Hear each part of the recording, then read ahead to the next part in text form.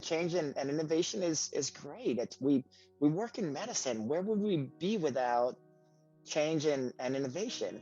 One part of our brain will embrace change as a good thing, but the other part, the people part, most of us tend to fight it.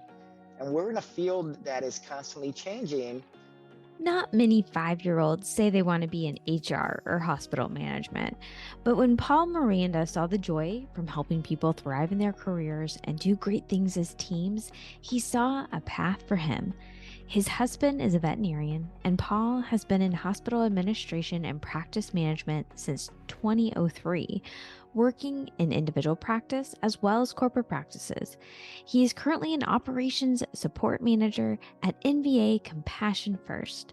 Veterinary teams need people in different roles, so I was excited to get Paul's perspective on career pathing, burnout, and what makes thriving veterinary teams. He also had a unique perspective that I didn't know before. So here is Paul. To get kind of into your own career journey, before you got into the veterinary world, you had several years working in recruiting and human resources. So, what attracted you to those areas? Um, I was attracted to the people side of the business, the HR, and honestly, some of it I think was by luck. I did my undergrad and grad school at Penn, and just kind of fell into that career, not really knowing a whole lot about it, and really enjoyed it. And from there, my husband and I were purchasing an animal hospital, putting every penny we had on the line, and that's how I came into the vet world.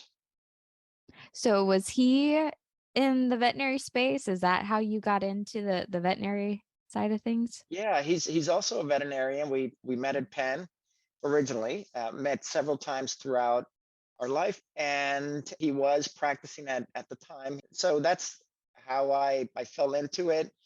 We worked together for some years. I don't recommend working with your spouse. Long term, it's probably not the best of ideas, but I fell in love with what we do and the challenges, the responsibility that we have, and really enjoyed what I was doing. No, I like to think we're special people in the veterinary world. And I think also just being surrounded by animals too is that's a special part of it. So what were some of your biggest learnings outside of the veterinary space, comparing it into what you now see so much of in the veterinary side? Biggest learnings I would say is, and this can be applied to any space. There's what we do. There's the technology. You've got to be good with people in general, and unless you're working completely by yourself, there's got to be a connection. You've got to be able to work with others, make sure that you listen to people and really listen before making a decision, especially when someone knows more about the field than you do, allowing them time to talk about their concerns. And those are concepts that you can take with you anywhere. Absolutely. Because very rarely are you working by yourself. We talk about that a lot coming into the veterinary side too, is most of us came in because we liked pets, but we're in a people business. And so you're whether it's your coworkers that you're working with or pet owners, we're always working with people. Very much so. And if you can't get along with people, you may be a great doctor, want to help your patients, but if you can't communicate, you're not going to be able to help anyone. So we are in a people business, which is strange because it's medical, but so much of it is about relationships. It's about trust and having that pet parent build trust very quickly. Yeah. And especially for your roles that you've had in hospital settings where, I mean, that is what you do. Is you're always talking, communicating with people. Can you describe, if you had to describe what a hospital manager does, how would you describe that? Would depend on the size of the hospital complexity. If you're in a smaller hospital, it's going to be a very different role from a 400 employee hospital. So there's that part. There's the business part. So making sure that we're making sound quality decisions that are the right thing for our people, for our hospital, for our patients, making sure that we are treating our employees well, and that we are always doing the best job for our employees. It's a really competitive labor force out there. So are our salaries competitive? Are we making sure that we've got the best benefits? And then there's the compliance part of the job as well. So it's knowing a little bit about a lot of different things, but I would say the majority of it is taking care of your people. Yeah. So a couple of things in that I'd love to talk about is one, you said it's a competitive world right now in our field. So talent retention is a big thing and the possibility to grow in your career. So I've seen a lot of veterinary technicians who might be interested in going into more of hospital management position as well. Have you seen that happen a lot where veterinary technicians get into that role? And what have you seen? What are your thoughts about that as a career path? Yeah, I have seen some veterinary technicians be very successful in and being able to transition from working on the floor to being more of that business-minded individual.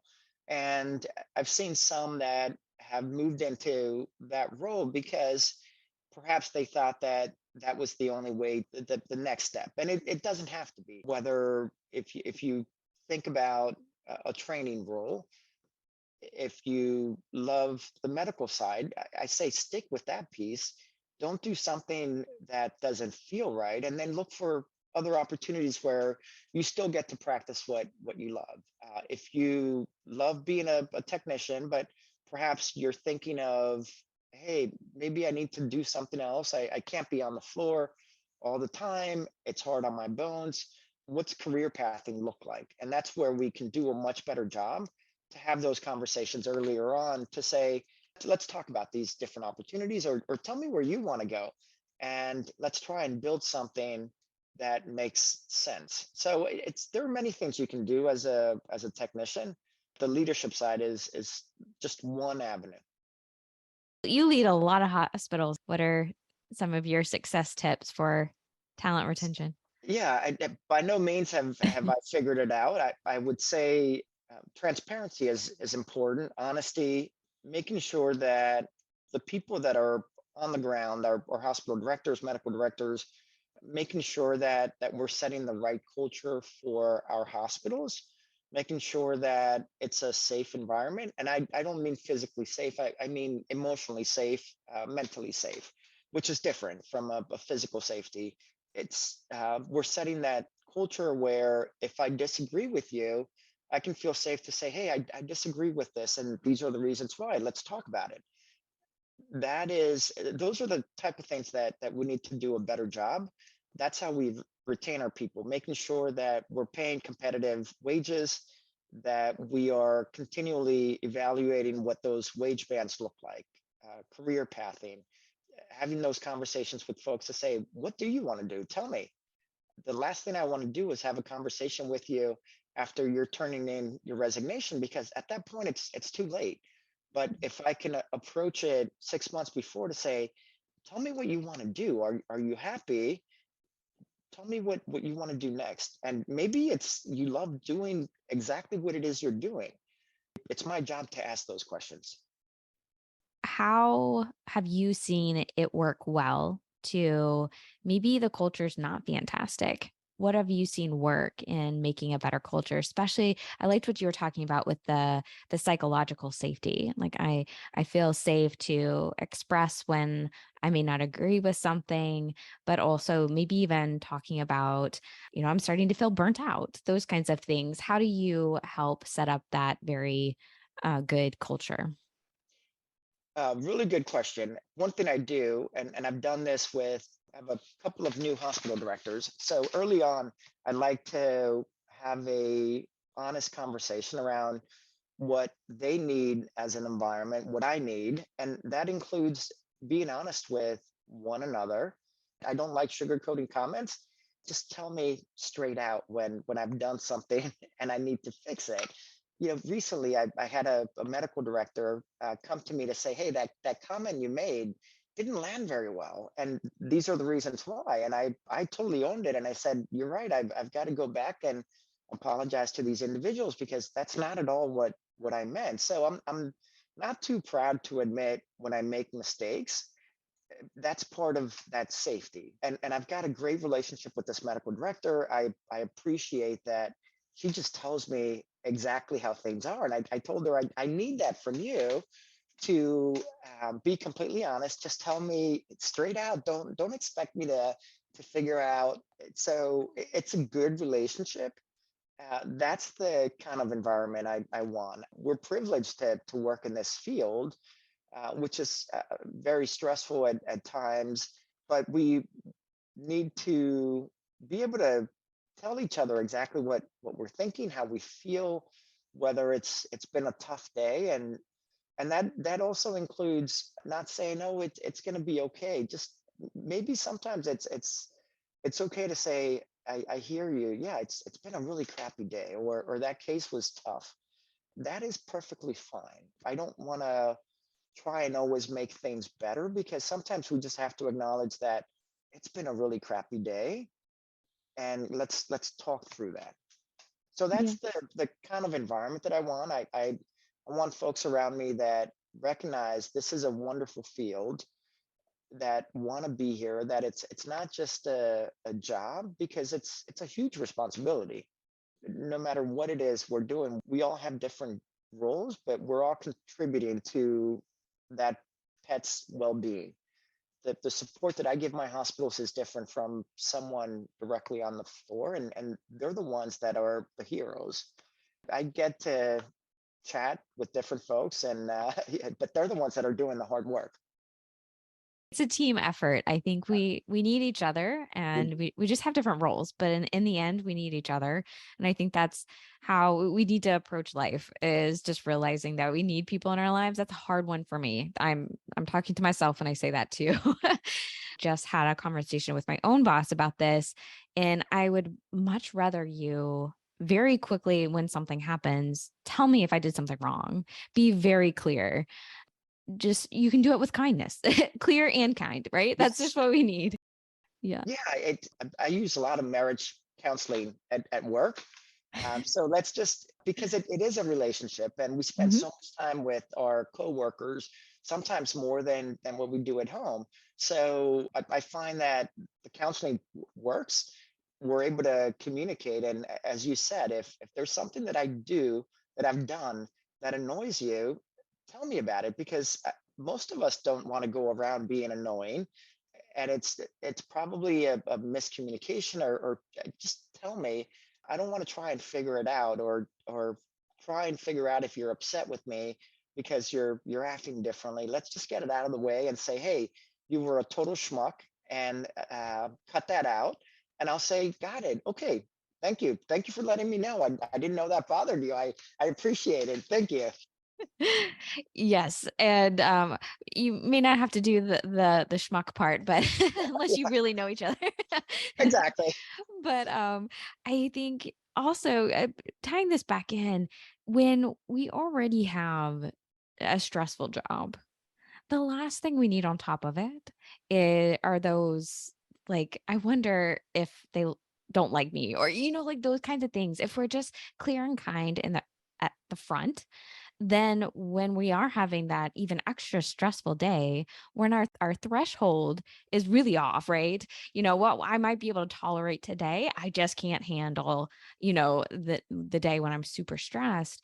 I think that just helps the whole environment is again just with that we're agreeing to be clear and kind to each other so that, I think that does help when things get more stressful and you do have that crappy day, so that it's okay, like you said, to say, this is just a bad day. And you're going to have that.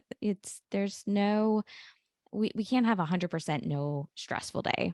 I mean, we're in medicine. We're and we're working with people. Even if you're not in medicine, just sometimes working with people, you're going to have some challenges. So, Yeah, it's absolutely, it's a stressful job. It will always be stressful. You're gonna have those days where you've got that fairly young puppy and you've got to deliver really tough news, and those days suck. They impact you. And if they don't impact you, it's maybe time to perhaps take a vacation or really think about what's going on. But all these things, you absorb them and they're going to impact you. And sometimes a crappy day is just a really crappy day, and you've got to acknowledge it, and hopefully tomorrow will be better. And you've got some coping mechanisms at home that can help you maneuver through situations like that. yeah. And since we're on this topic of kind of burnout, basically is where I think this is kind of going. It's definitely not unique in veterinary medicine. I've heard that term burnout in every corner, everywhere right now, especially with the, the pandemic. But it is something that is talked about as being a pretty big problem in the veterinary profession. And so when I was preparing for this, I was curious, have you yourself experienced burnout? Yeah, really very, very good question. And I approach this topic a little different. I think we bring so much of our childhood into our lives. So to give you a little background, both my parents are Cuban immigrants, off the boat, worked very hard. They came to this country with absolutely nothing. So the conversation around burnout for them didn't exist. You just had to work really hard to get ahead. And that was ingrained in me, that you don't give up. Life is hard. In order for you to succeed, you've got to work really hard, period. So I recognize that about myself. I hate the topic of burnout because for so many years we've talked about it, but what really has been lacking is that us recognizing that this career, this veterinary medicine, will always be stressful. You're dealing with life. You're dealing with people's children. It's going to be stressful, and we've not talked about how to how to survive this, how to manage it, what resiliency looks like, and it's going to look different for everyone else. I know what I need. I love running, and there comes a time if I go days without running, my husband will tell me, "You need to go outside and go for a run. Go now." So I've got someone in my life that's very good about telling me when I'm off, when I need to go run. I garden. I grow vegetables. I grow trees from roots, and I've started doing that, and it's also taught me patience. When you've got a little tree that's about that big, and that it's a year later, so it's taught me a lot of patience, but I've also learned that there are certain things that I need in order to cope with stress. And if I don't do those things, something is off in me. And I've surrounded myself at home with someone that will tell me, you need to go out right now, go for a run. So I would say where we can shift that conversation is whether it's a coworker, it's a spouse, to be the one that tells us, hey, something's off. You need to go do X because this is how you deal with your stress, and that is what helps you. So that's the part where I really would love for us to shift that conversation from victim burnout to, hey, this is how we can cope, and maybe these are some tools that you can use to help you. They may not, at the end, they may not be the tools you use, but it might start you thinking about what tools you actually need in your toolbox. Yeah, and I think you're right on that. Your tools that help you be resilient or go through hard things are going to be very individual. So, you've looked at lots of different hospitals. have you seen certain hospitals that stand out to you that are more resilient? And if so, can you describe them and what they are doing to help them as a unit be resilient and maybe even the individuals within it be resilient? I don't think any one of our hospitals is perfect. They all have different challenges, that they're at different phases. What I've seen that works really well is having a team that's open to feedback, and that's a leadership team, that's a doctor team, that's a technician team, folks that work together as a unit versus I'm here for a paycheck. I clock in at 8 a.m. and I'm going home at 6 p.m. So a team that's willing to really jump in, help each other, that's a team, that's a hospital where I want to work. Folks that want to be there, that come in with a positive attitude, where we're not critical of our clients, because we've all seen those hospitals where the client comes through and we've got folks that start bad mouthing a client, and it's very easy to say something about a client, especially if they don't know how to treat a certain condition, or they don't know, and we've got a lot more education than they do, so it's easy to pass judgment. But I want to be in a hospital where clients come in, where we help them, we help their pets, and we're happy to be there, and we choose to be there. Yeah. And I like that even with our attitude towards our clients, because I think, especially when we even allow that type of cynicism, it's very, very dangerous. It's a little bit like a virus and it just spreads onto everything else. And I once heard someone explain it like if one of the clients was a lawyer and they didn't do something that we would have thought would have been common sense, right? Well, that lawyer is very bright. They went to a lot of school, but they could not fit in a lecture on pancreatitis or whatever into the lawyer curriculum, right? That's why we went to vet school. So I think that's it, is to have some patience and and understanding with your clients too. And just even working on that one relationship can help with attitudes outside of that relationship as well. Absolutely. I feel like the last 2 years, we really, as an industry, we have somehow forgotten to have empathy, empathy toward each other, empathy to, especially toward our clients, and we need to somehow get back to that. The cynicism has to stop. The If a client is bringing you their pet, that means they're concerned. So whatever it is you're thinking, just keep it to yourself, and recognize that we're there to help patients. Yeah. And a lot of it is working with the voice in our own head. Yeah, training ourselves, not necessarily just keep it to ourselves, but realize, wow, that was really mean. And that Yeah. that thought I had. And I think that's human. That's always something that we'll have to work on is we'll have a thought. And hopefully we get to the stage where we catch the thought before we say it. It may be that you start to learn to be your own, trigger catcher where you feel that thought come in and you're like, whoa, maybe I need to sit down and think about, am I a little stressed out? Do I need to go for that run or whatever else is your tool like you described for sure.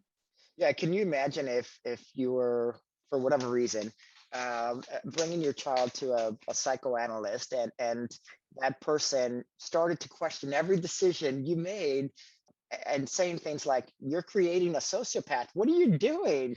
How would that feel? So that's it, having some of those conversations in our head can help us reset some of those voices, Yes. because And none of us are perfect at everything. We're not perfect. Period.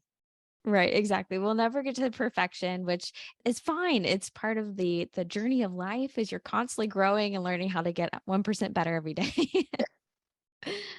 So, going back to some of the opportunities for careers within a hospital, I think you have maybe a unique perspective as well as watching some different possibilities of careers within a hospital. So, let's say you have a veterinarian or a veterinary technician who likes medicine, but they're ready to grow. That they want to do something maybe a little bit new and challenging. What have you seen as some possible career pathing within a hospital? Really depends on where you want to take your career as an employee. I want to keep you within the organization. I want to make sure that we create something that makes sense for you. So I would first ask, what do you want to do? Is it a training role that's of interest?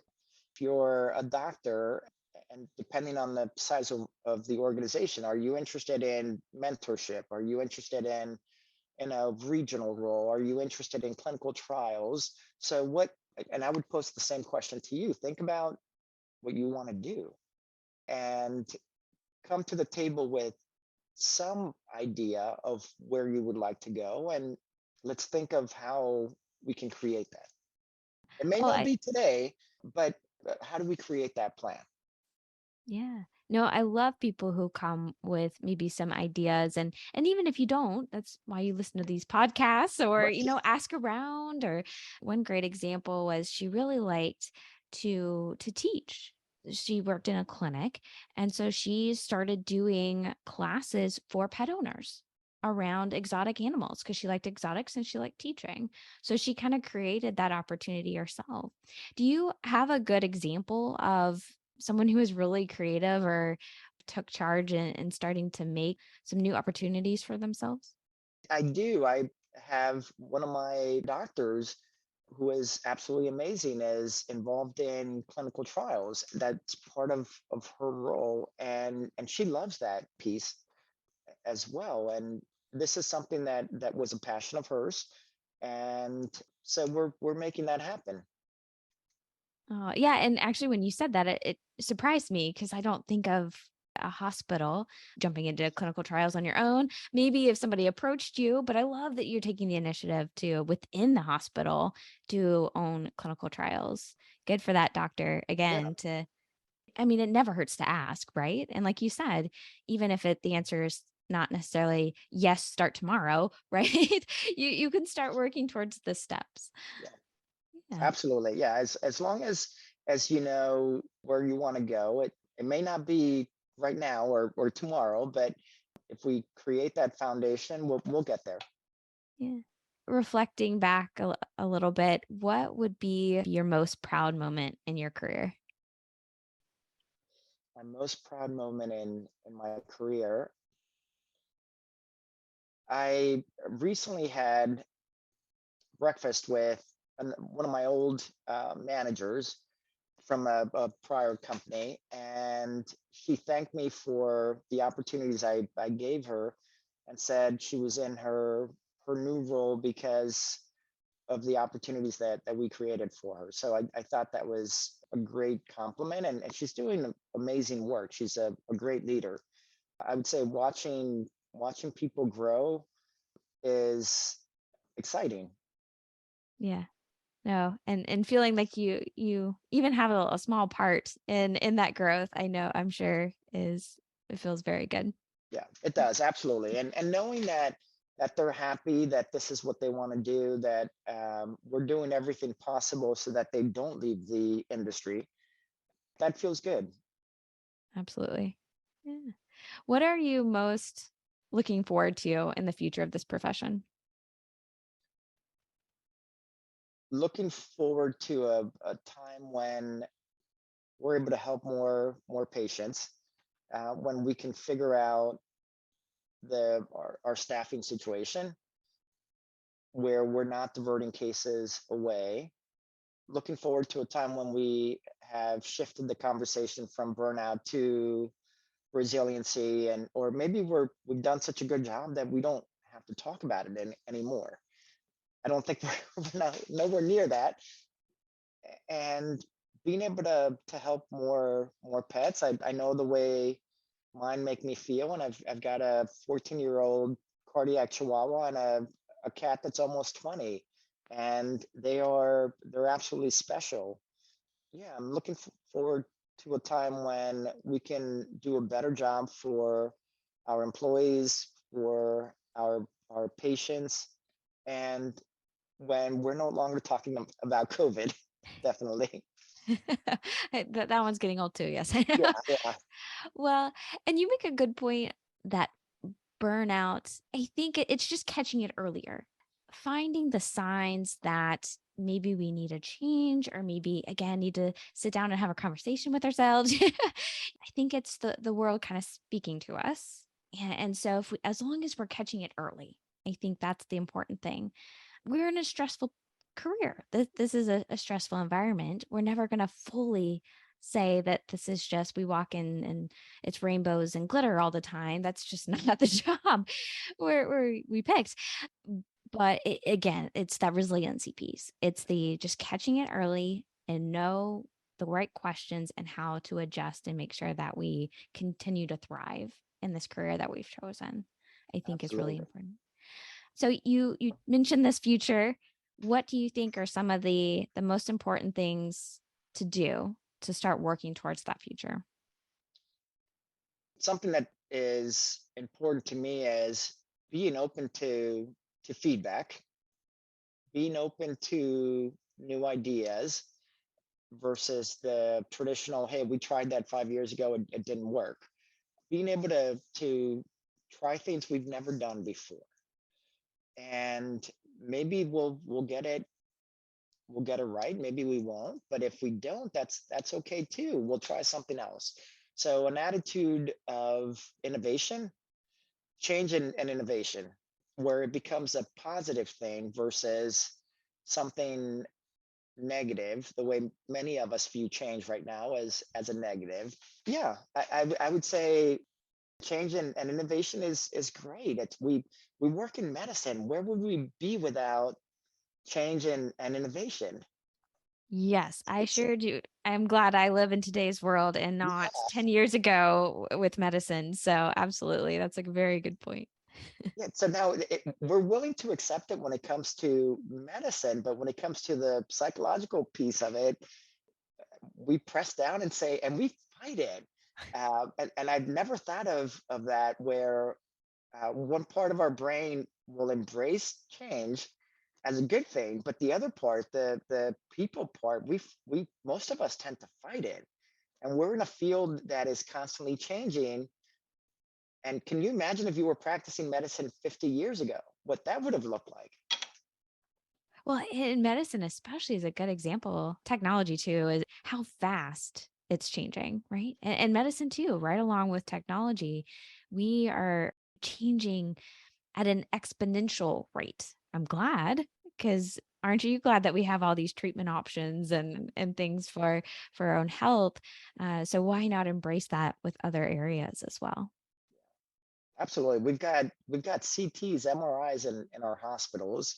We're lucky enough that if you walk through some of our hospitals, the technology we have in our hospitals for pets is better than human hospitals in many developing countries. And that's a separate issue altogether. But think about that, and think about the pride that comes with that. Where would we be without change? Yes. Just the other day, my dad's cat has a diaphragmatic hernia. And so the GP referred him to a surgeon and he texts me, he's like, "Are there different types of surgeons in veterinary medicine?" I'm like, "Yes, there are."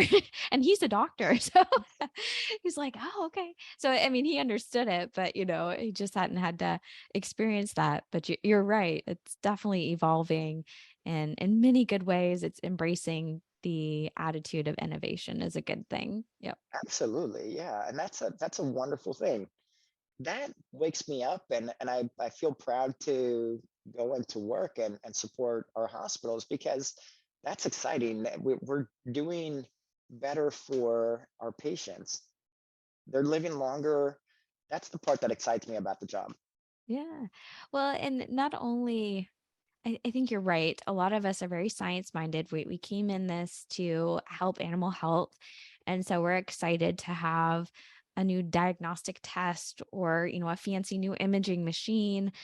But we forget also the things that really make life worth living are the relationships that we have. And so, being able to adapt to changing ourselves and making sure that we maintain these very valuable relationships, whether it's with clients or again with each other in the hospital.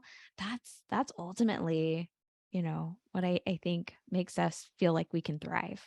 Absolutely. Yeah. All For the better. Yeah. right. Well, I'll get off my soapbox and let you go. But any last thing you would like to share with the profession? I would say to anyone that's out there that may be thinking about a career change or anything like that, I challenge you to have a conversation with others. This is a wonderful industry, huge responsibility. We owe it to one another to have tough conversations with each other, especially if someone is considering leaving the industry altogether. So I would say anyone out there that's thinking about it, talk to someone, reach out, talk about what is going on, because every time we lose another person, that could be another pet that goes without care, and that doesn't feel good. So we've got to do a better job at addressing the needs of one another, making sure that we're keeping each other safe in vet med, and that we're having these conversations, that we're asking, hey, are you okay? Tell me what's going on. We can all do a much better job at that. Absolutely. All right. Well, thank you so much for your perspective. This has been a really interesting conversation. So I'm glad I got to have you on today. I always like to wrap up with a final four questions. So the first question is, what is something on your bucket list? Good question. Something on my bucket list that I don't like skydiving. I'm afraid of heights, so forget that. I'm with Uh, you. I don't want to do that either. well, I'll tell you this. In my mind, I've got this glamorous idea that I can finish our lower level myself. So that's on my bucket list. I've watched plenty of HGTV, and it doesn't look very difficult. So I don't know if I can do it, but that's on my bucket list. No, it's good. It always gives you a project to work on too. So instead of running, you can go work on downstairs. So, Exactly. Yeah. yeah. That's a winter project. That's how I'm going to look at it. Yeah. There you go. We're almost there. Yeah. Oh, all right. The second question is, what is a simple moment of joy for you? Coming home. Yeah. That is a good one. You always want home to be a place that you're excited to come back to. Yeah. Very good. Coming home, feeling safe. Spouse is home. Pets are home. Yeah, that feels good. Oh, that's a good one. All right. If you could create one law that everyone had to follow, what would your law be? Hmm, that is a really tough one. Yeah, it is. I would probably say universal health care. Oh, that's a good one. Yeah. For pets and people, For both. pets and people. Yeah. I like that one. All right. And finally, what is something you are most grateful for? Grateful for friends, family today, for being here. Yeah. And everything that I have in life. We forget to stop and think about how lucky we are. And I'm sure your parents probably tell you how lucky you are being able to see lots of different perspectives from their eyes. I'm very lucky in general, and they're no longer alive, but they did a great job with raising their kids and every sacrifice they made. So I'm very lucky. This has been the Vet Life Reimagined podcast. Whether you are listening or watching on YouTube, I hope you enjoyed this conversation. Please make sure you are subscribed to catch all these amazing people in our profession. Also, send this episode to someone you think who would appreciate it. Have a recommendation for someone who would be a good guest? Please reach out on LinkedIn, Instagram, or Facebook. There aren't that many Dr. Sprinkles. Until next time, Vet Lifers.